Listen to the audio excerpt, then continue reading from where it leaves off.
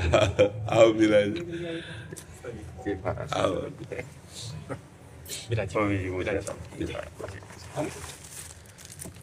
राम कथा करवाई थी अच्छा, दिल्ली के पारस मंडप में। विश्व शांति केंद्र जो बना है भारत का पहला, और यूक्रेन और रशिया का जो विवाद चल रहा है, आज आपसे खास दुआ लेने आया हूँ कि वहाँ जाकर के उसके समाधान के लिए हम प्रक्रिया में आगे बढ़ रहे हैं। तो आप जैसे पवित्र संतों के साथ जो अध्यात्म शक्ति ही एक ऐसी है जो पूरे विश्व को जोड़ सकती है। बिल्कुल ठीक कह रहे हैं। अध्यात्म शक्ति, और जिनको अध्यात्म का परिचय नहीं, इंद्रिय भोगों की पशुता में लगे हुए हैं, उनमें तो राग द्वेष रहता ही है। जब तक हम अध्यात्म शक्ति को जन जन के हृदय में जागृत नहीं कर पाएंगे, तब तक शांति नहीं प्राप्त हो सकती। श्रद्धावान लभते ज्ञानम तत्परा संयतेन्द्रिया ज्ञानम लब्ध्वा पराम शांति मचेरणादि गच्छति। आपने बिल्कुल ठीक फरमाया। रागा द्वेषा क्षयाम उपागत यस्य ब्रह्मा विष्णु व हरो जिनो व नमस्तस्मै।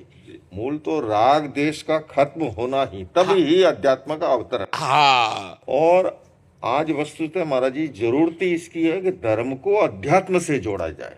और जिस दिन अध्यात्म का अंकुर प्रस्फुटित हुआ, अशांति अपने आप खत्म हो जाए। बिल्कुल बिल्कुल जी। सुनते थे इतिहास में, बुद्ध ने घर छोड़ा, महावीर ने छोड़ा, आपने काशी पधारे, काशी से आप यहाँ पधारे, और जो आप गंगा बहा रहे हैं, इसकी जरूरत है। खासकर युवा पीढ़ी को जो आप मार्गदर्शन देते हैं जो अध्यात्म का, हमको बहुत अच्छा लगता है। क्योंकि हमारे देश के भविष्य यही है। जो नवयुवक बच्चे हैं वो व्यसन और व्यभिचार से ग्रस्त होते चले जा रहे हैं। अगर ये न संभले तो हमारा भविष्य बड़ा गर्त में जाएगा। बिल्कुल आपका ठीक कहना है महाराज श्री। मैं कहता हूँ कि जो हमारे शरीर में स्पाइनल कॉर्ड है, मेरुदंड है, रीढ़ की हड्डी है, समाज में वो स्थान युवाओं का है। मेरुदंड अगर लड़खड़ा जाए पूरा शरीर डाउन हो गया। और हमारी युवा पीढ़ी जो है अगर वो पतन के रास्ते चली गई, तो इसलिए ये जो दिए और तूफान की लड़ाई है संस्कृति और अपसंस्कृति की, तो उसमें आपका जो मार्गदर्शन है वो महत्वपूर्ण है। और उसी की आज इस देश को जरूरत है, दुनिया को जरूरत है। आप संतों की कृपा से ही जो यथा किंचित बोल पाते हैं, जो जैसे बन पाता है प्रयासरत है। आप मूल स्पर्शी बोलते हैं और ये बहुत बड़ी बात है। उसी की, उस तत्व की ही जरूरत है।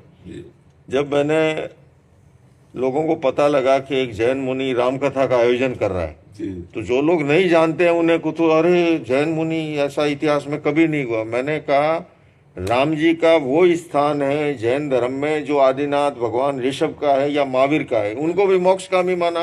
वो भी ब्रह्म है, परमात्मा है, ईश्वर है, भगवान है, कोई अंतर नहीं है। ये अंतर बाह्य है। देखो, हमें लगता है कि चाहे जो संप्रदाय हो या चाहे जो धर्म हो, जब ये बात समझ लेगा कि परमात्मा एक है, फिर तर्क या द्वेषात्मक भाव या किसी की अवहेलना, इन शब्दों का कोई स्थान नहीं रह जाता है।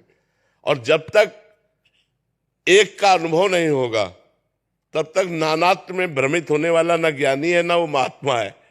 महात्मा तो वही है जो वासुदेवा सर्वमिति, सब जगह एक ही परमात्मा को देखता है। आए तुले पयासु, आत्मवत एक दृष्टि से जो आपने कहा, यही प्राकृत का महावीर वाणी का आए तुले पयासु, अपने आत्मवत जो है सबको एक दृष्टि से। बिल्कुल बिल्कुल।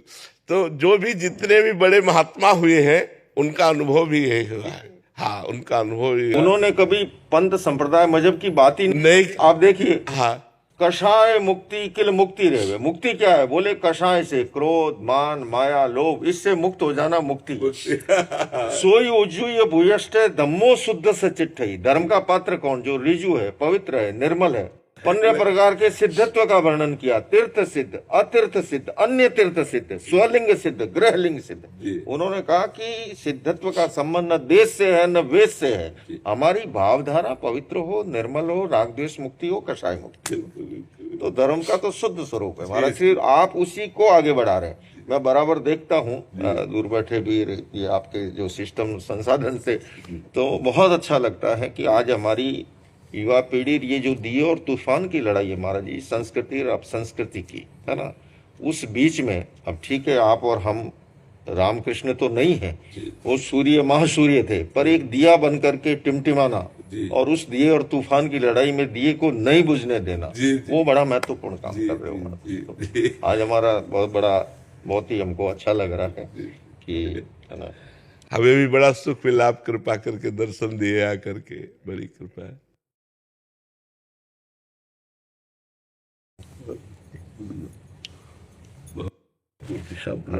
बड़ी कृपा की दर्शन दिया करके। और लक्ष्मी पापी के भी होए, संत समागम हरि कथा जग में दुर्लभ होए।